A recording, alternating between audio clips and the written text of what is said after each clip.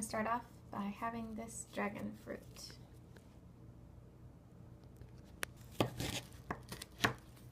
Ooh. Yay! They're really soft. They're kind of like a kiwi inside. Hold on, let's see if I can hold this and show you. It's a little...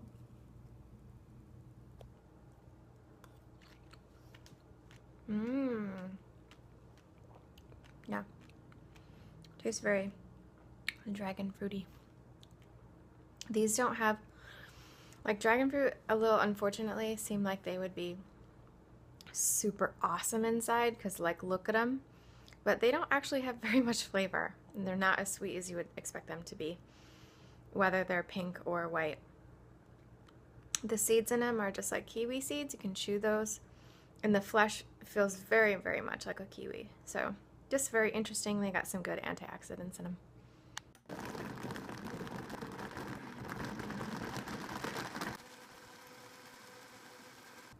All right, this is a really weird smoothie again. I'm just trying to use stuff up in the freezer, and I didn't want to go to the store yet, so I think I'm gonna have to go today, but I wanted to use all this stuff up. Basically, romaine, kale, almond milk, and then flaxseed, and then what I had left was I put some of that dragon fruit in. I had some strawberries, I had some blackberries, a banana, and then I put some frozen mango in.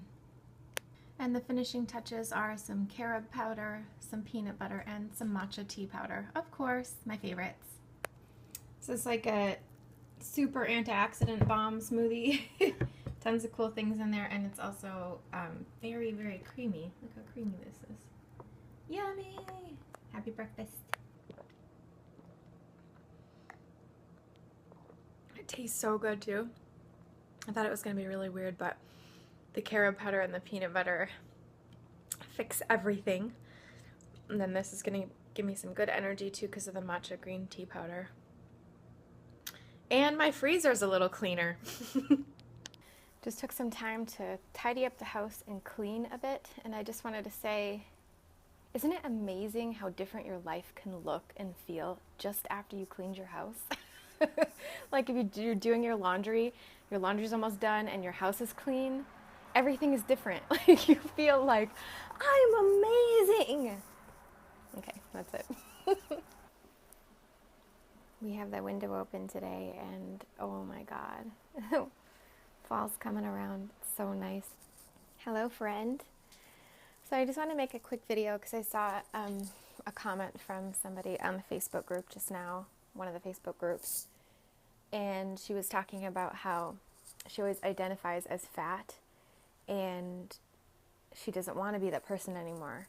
And she was speaking with her therapist about the fact that she has actually changed identities many times in her life, from not mother to a mother, not married to married, all these different things that we can change in our identities. And I love that concept because it's so true. I made a video a while back, I don't know if you guys remember, I think it was during the challenge, but a video a while back about this idea that I was so surprised to be able to see this new person who had thinner features, and that I was feeling like, wow, I actually am starting to feel like I deserve to be this way. I deserve to look like this. And how it's this strange thing that for so long I was just identified with the word chubby. That's just who I was. You know, I just was always going to be a little overweight and wouldn't be able to lose it. I was never going to be one of those thin people or whatever. I don't consider myself thin. I don't know what you would say, but we always feel different things about ourselves. I feel like in a few pounds I'll be thin. Well, maybe this is just my mental thing happening where I never feel like I really identify with this, those words for smaller, tiny, thin people. I don't identify with those words at all. I've always just been pretty muscular, pretty bulky, short, chubby, that kind of stuff. Those are words for me. And identifying with something new is a huge change. And like when you get married or something, that's a change that is very obvious. I mean, it's not an emotional change, it's an actual, you know, governmental, like it's recorded in the books kind of a change, so you can't really get away from that one. And you have to go through that change and suddenly start to identify with that other word. But going from being overweight or chubby to thin or slender or slim, those kinds of words that we kind of never expect anyone to ever associate with us. We are totally within reach of those words, and we deserve to be identifying with those words. We deserve that. It's okay to want it, it's okay to attain it, and it's okay to keep it. It's okay to be that person. And yeah, I mean, lately it's just been you guys, you know more about me than I even remember. I don't even remember I talk about all this stuff basically, but I tell you everything, I show you everything I eat, where I'm at. Lately I've just been kind of going with the flow and not really trying super hard, which is also great because I'm still doing probably 60%, 70% Nutritarian at this point without trying super hard. The things that I'm having I still want. I always used to think in the beginning, as long as I had one smoothie per day, I'd be happy at least with that, you know. And now I'm at a pretty good percentage of Nutritarian foods that I eat. Some days are much better than others. I would say probably my worst days are 60, 70%, and my better days are a little higher. Some days I have perfect days, and I'll probably do another challenge soon, but we're kind of all on this journey. It's like, when are you going to get to the end? When are you going to be perfect? When are you going to be finished? When will you be 100% Nutritarian? When will you be like Dr. Furman and see food as, I would never eat that because it causes cancer, whatever. Like, when will you see that? I don't know. I don't know if we will all ever get there. We're just on a journey, right? This isn't, I'm not saying I'm at the end. I'm not saying I'm a perfect Nutritarian. I'm showing you the journey of somebody who's trying to improve daily, trying to get better. But here's the other thing too. This is really important. We are not just, what if one of my subscribers said this on a comment recently? He said something about how sometimes it's just hard to constantly associate with this one particular thing that you do, right? Sometimes it's like you want to focus on a different part of your life. I don't want to always be thinking about food. I do not always, and I won't. I do not always want to be thinking about exactly everything I'm going to eat. For the rest of my life, I am not going to plan every single day what I eat. Not every single week is going to be perfect when I know exactly what I'm eating. I get enough fruits and vegetables or whatever. That's not going to happen every week for me, because I have other focuses. Like this past week, I went on this crazy hike.